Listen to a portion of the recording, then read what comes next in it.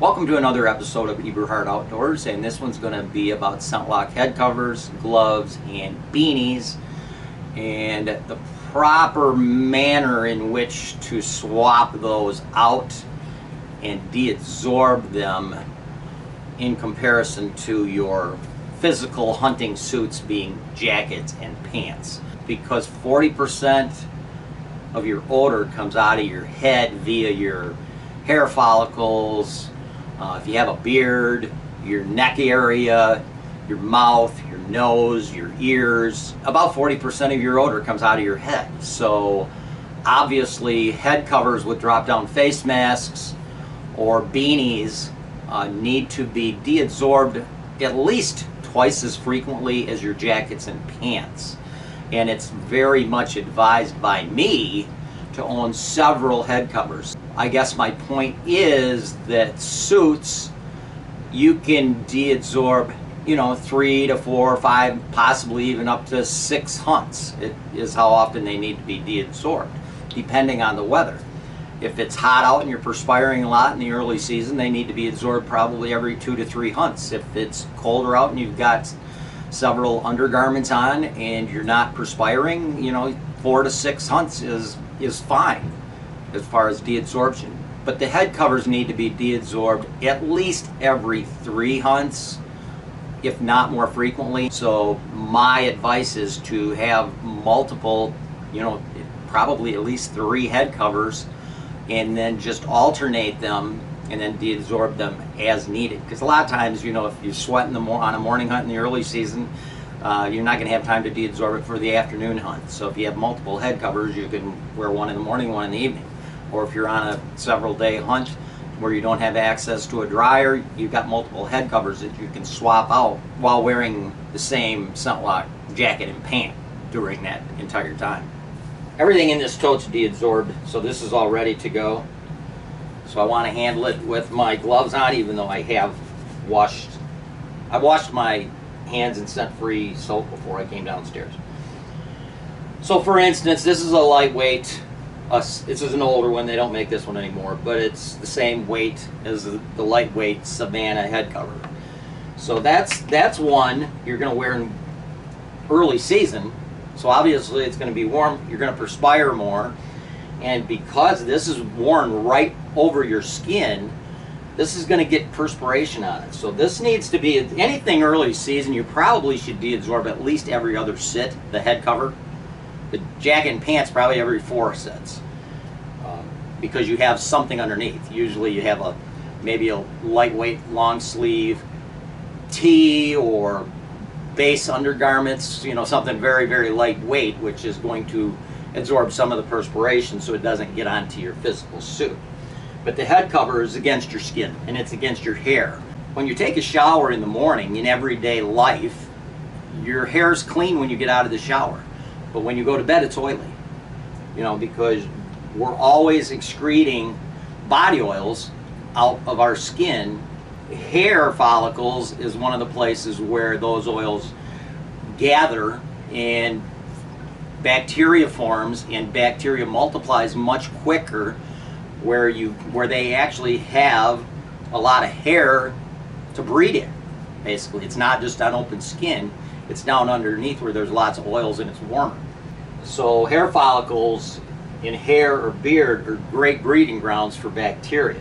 Head covers that are worn against your skin need to be deadsorbed more frequently. So this is a lightweight, this here is a midweight, this is pretty much a current head cover. Now midweights, you're probably going to be wearing them in a little bit cooler weather, maybe 40 to 60, 35 to 60. So those, every 2 to 3 hunts.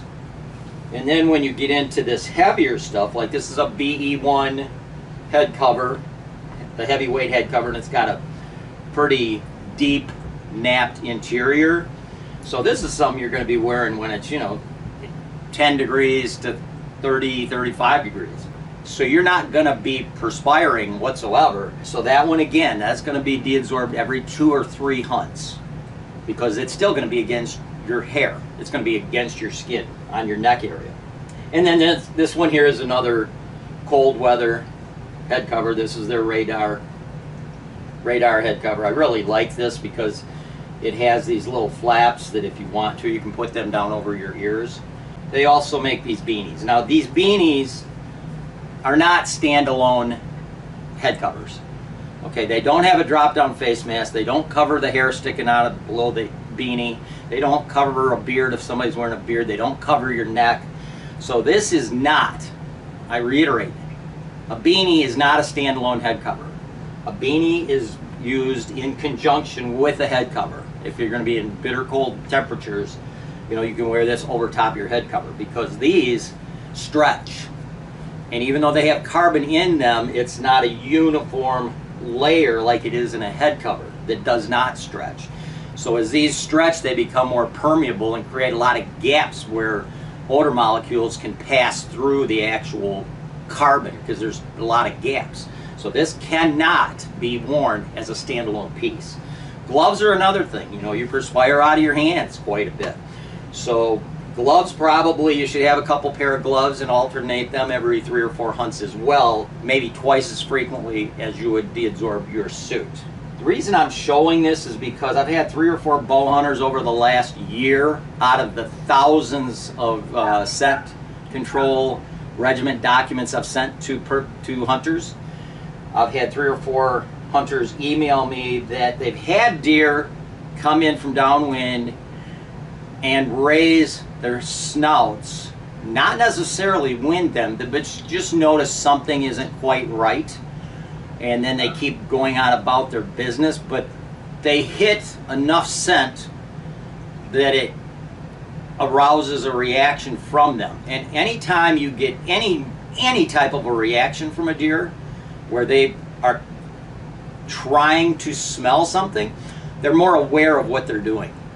So especially at a destination location where they may be looking around and stuff, your odds of getting picked are better.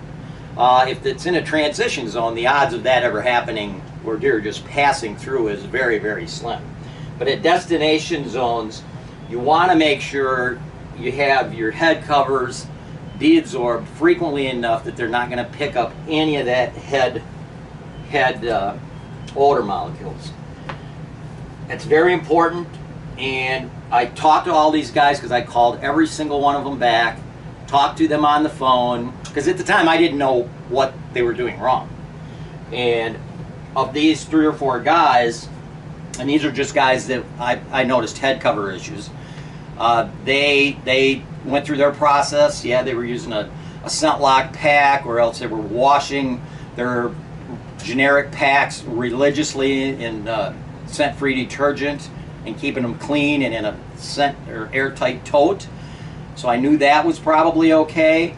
They were doing gloves, they were doing jackets, pants, clean rubber boots, and they were wearing head covers, but they were wearing their head covers 5, 6, sometimes even 7 sits without deadsorbing them. And that's just too much human odor molecules coming out of your head to not have some escape through it, because the activated carbon does collect all these molecules. These molecules go into the interior pores, and at some point in time they load up to a point where some molecules are going to pass through the fabric, and that's what you do not want.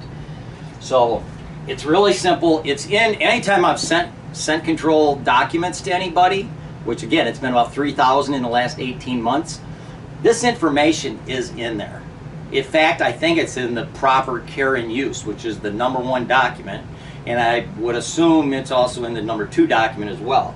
So this information is in there, but people read stuff because it's pretty lengthy documents, and they forget it. I mean, I'm not saying they forget the process, but they forget certain aspects because it's very detail oriented. If you're having any minute issues, assess your head covers and see if you are deadsorbing them more than you are your ScentLok jacket and pants. And if you're not, you need to do that, and I highly recommend getting at least an additional pair of gloves and swap them out. These aren't as important as the head cover, but the head covers, I'd get at least 2 more, so you'd have 3 head covers, and then swap them out every 2 to 3 hunts max. Don't wear a head cover more than 3 hunts without deadsorbing it. And 2 hunts probably is a better plan. So, thank you, and take care. And I have no issues putting my ScentLok gloves back into this tote. This thing is full of ScentLok activated carbon clothing, and everything will absorb everything in here. I didn't have those out long enough to make any difference whatsoever. I just didn't want to touch the other stuff with my bare hands. So thanks for watching another episode of Eberhart Outdoors, and hey, good hunting out there. If interested, the links to many of the podcasts I've been on, or for information about my 2-day whitetail workshops that take place in March and April, please visit my website at deer-john.net. Thank you for watching another episode of Eberhart Outdoors, and to receive notifications for future videos, please subscribe.